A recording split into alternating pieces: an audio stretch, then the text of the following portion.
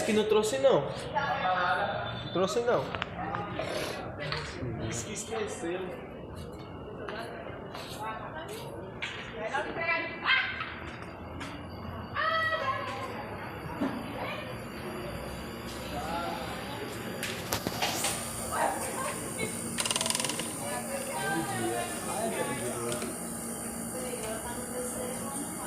Tá bom.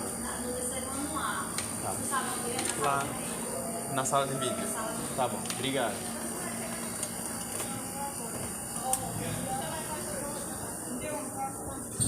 Esse balde jogando no mato, aqui tá tudo rachado de um lado da outra. Mas serve para botar ali, para dos coletores. Olha, tá embaixo. Olá pessoal, espero que estejam todos bem. Aqui quem fala é o Luiz Fernando, estudante de Ciências Sociais, licenciatura pela UFAL, e este é o primeiro episódio do podcast Pod Docente, que é um material que foi desenvolvido durante a disciplina de Extensão em Ciências Sociais 1, lecionada pela professora Silvia, que é professora de Antropologia pelo Instituto de Ciências Sociais. O objetivo desse material foi fazer uma ponte de diálogo entre a universidade e professores de sociologia que estão lecionando na educação básica, voltado para o momento em que aconteceu a reforma do ensino médio.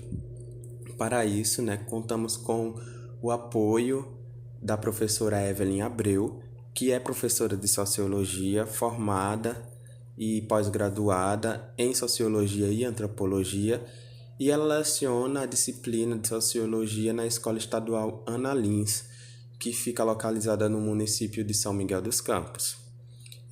Espero que vocês tenham um bom proveito desse material e sejam todos bem-vindos.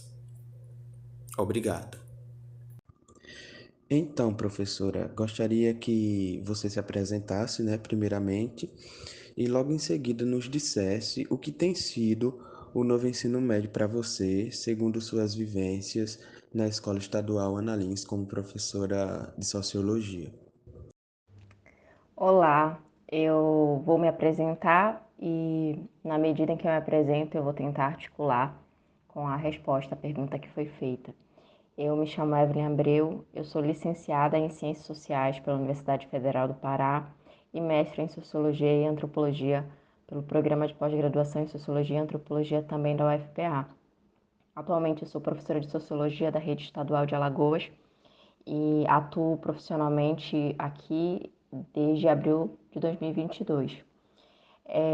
Como eu havia dito, a minha trajetória enquanto graduanda e mestranda também pode ser articulada com a minha atuação profissional no sentido de tentar fazer uma análise mais fidedigna possível. O que eu quero dizer com isso? Eu finalizei a graduação em 2018 e entrei no mestrado em 2019. Então, as experiências profissionais que eu havia tido eram no campo do meu estágio e na instituição privada. Quando eu chego em Alagoas, em 2022, é aí que se inicia a minha atuação profissional na educação básica e especialmente na escola pública. Então, eu já chego com o novo ensino médio sendo implantado. Isso significa que eu, da perspectiva de professora, não tenho como fazer uma comparação de como era a educação básica antes do novo ensino médio e depois. A minha experiência é já com a implementação do novo ensino médio. O que eu tenho enquanto experiência da forma como ela era organizada anteriormente, sou eu enquanto estudante. Então, feita essa observação, o que eu vivencio na disciplina de Sociologia é sim uma desvalorização, bem como as outras disciplinas, mas não com essa perspectiva de que antes as coisas elas eram melhores necessariamente. E aí a gente precisa observar como é que a sociologia sempre foi no estado de Alagoas. E isso aí exigiria de nós um conhecimento mais aprofundado de como as coisas ocorriam aqui. A segunda pergunta que gostaria de fazer é em relação à disciplina de sociologia. Ela continua presente em todas as turmas do ensino médio ou ela deixou de ser ofertada em alguma série? Sobre a presença da sociologia nas turmas de ensino médio, isso é um fato, tendo em vista a obrigatoriedade dessa disciplina na educação básica, no ensino médio.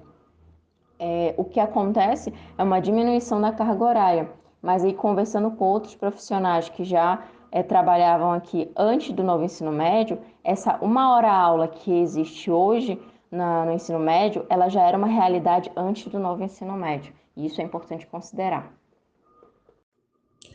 De acordo com o que você falou, né, em relação à oferta da disciplina nas séries do ensino médio, agora eu gostaria de saber quais foram os principais impactos que ela sofreu com a implementação do novo ensino médio nas turmas de primeiros e segundos anos. Considerando que a obrigatoriedade da sociologia no ensino médio se mantém e não houve a diminuição da carga horária, uma vez que sempre foi uma hora aula, não posso dizer que houve um impacto no termo em sentido quantitativo de carga horária.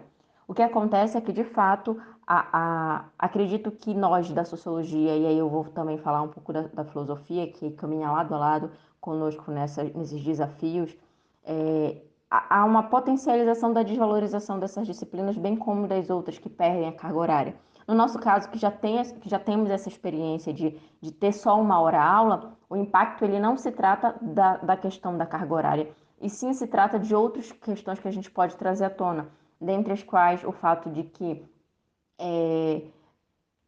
existe todas as vezes, por exemplo, todas as vezes em que tem concurso público, né, nós temos um quantitativo de ofertas muito inexpressivo para sociologia e filosofia. E aí o que acontece? Temos também um histórico no estado de Alagoas de que outros profissionais de outras áreas, de outras licenciaturas, ocupam esse espaço. Então, assim, o que nós temos em relação à nossa disciplina são outras questões mais antigas, mais complexas, que somada aos desafios do novo ensino médio, são potencializados para além da questão da carga horária.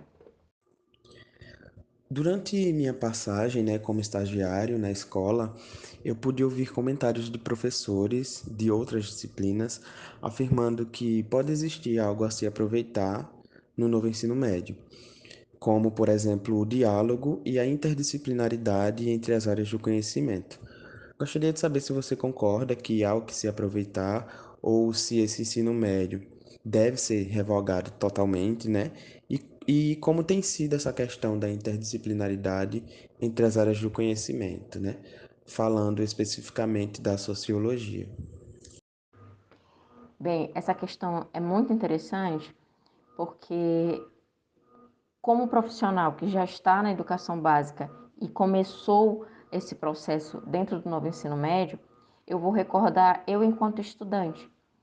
Se eu pensar nisso, eu vou realmente considerar que era necessário e é necessário que houvesse uma atualização da nossa educação, porque as dinâmicas sociais elas vão acontecendo, as relações sociais elas vão sendo reconfiguradas, a realidade das novas tecnologias vão chegando, então desconsiderar isso também é um grande equívoco se a gente quiser avançar na nossa educação. Então, sendo bem objetiva, não acredito que eu possa dizer não há necessidade de atualização. Então, vamos revogar por completo isso. O que acontece é que, e aí isso é uma realidade do local onde trabalho, de outros locais, em conversa com colegas que são profissionais também docentes, é que as instâncias superiores, e aí a gente pode destacar diversas instâncias, acontece um fenômeno de,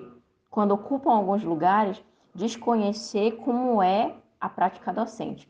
Então, é muito simples você pegar o nosso ensino médio, trazer diversas eletivas, diversas trilhas, diversas demandas que, na prática, não são executadas como devem ser, porque as condições são desfavoráveis.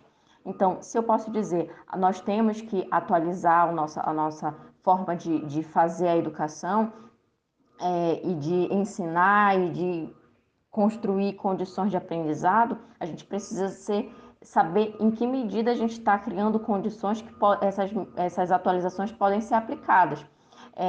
E aí, como exemplo que você cita, a questão da interdisciplinariedade é um elemento muito interessante, porque de fato eu mesmo tive essa experiência agora no início do bimestre de estar falando de um determinado conteúdo, dizendo para os estudantes que no segundo ano esse conteúdo estará ligado a um outro, e o professor de geografia vai introduzir esse assunto.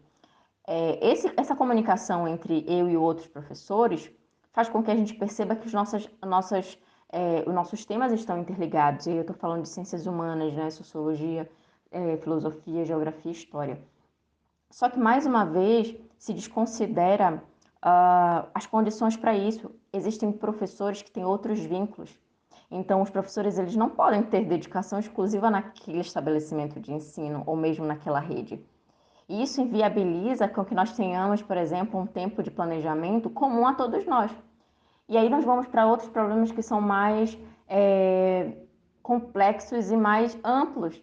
Por que esse trabalhador, que é um trabalhador, o professor, ele é o trabalhador, ele precisa estar em outros vínculos? E aí nós poderíamos falar de valorização / desvalorização desse profissional. A gente poderia falar sobre a nossa dificuldade de aumentar a nossa carga horária, digamos assim. Então, assim, existem outros elementos que inviabilizam essa comunicação entre os profissionais da mesma área para construir um projeto de interdisciplinariedade. E aí, na maioria das vezes, o que acontece são tentativas que são falidas porque as próprias condições impedem que a gente consiga executar isso.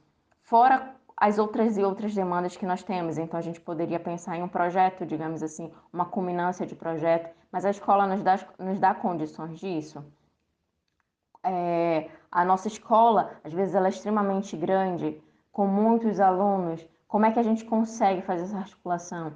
Então, embora a interdisciplinaridade seja uma questão muito pertinente, tendo em vista de que a gente não pode achar que o nosso conhecimento, a nossa área do conhecimento ela é fechada em si, muito pelo contrário, ela está em constante comunicação com outras áreas, e aí a gente fala além de sociologia, a gente fala de ciências sociais, como é que essas ciências sociais, sociologia, antropologia e ciência política, são diferentes, mas se comunicam, por isso fazem parte de um mesmo curso, digamos assim.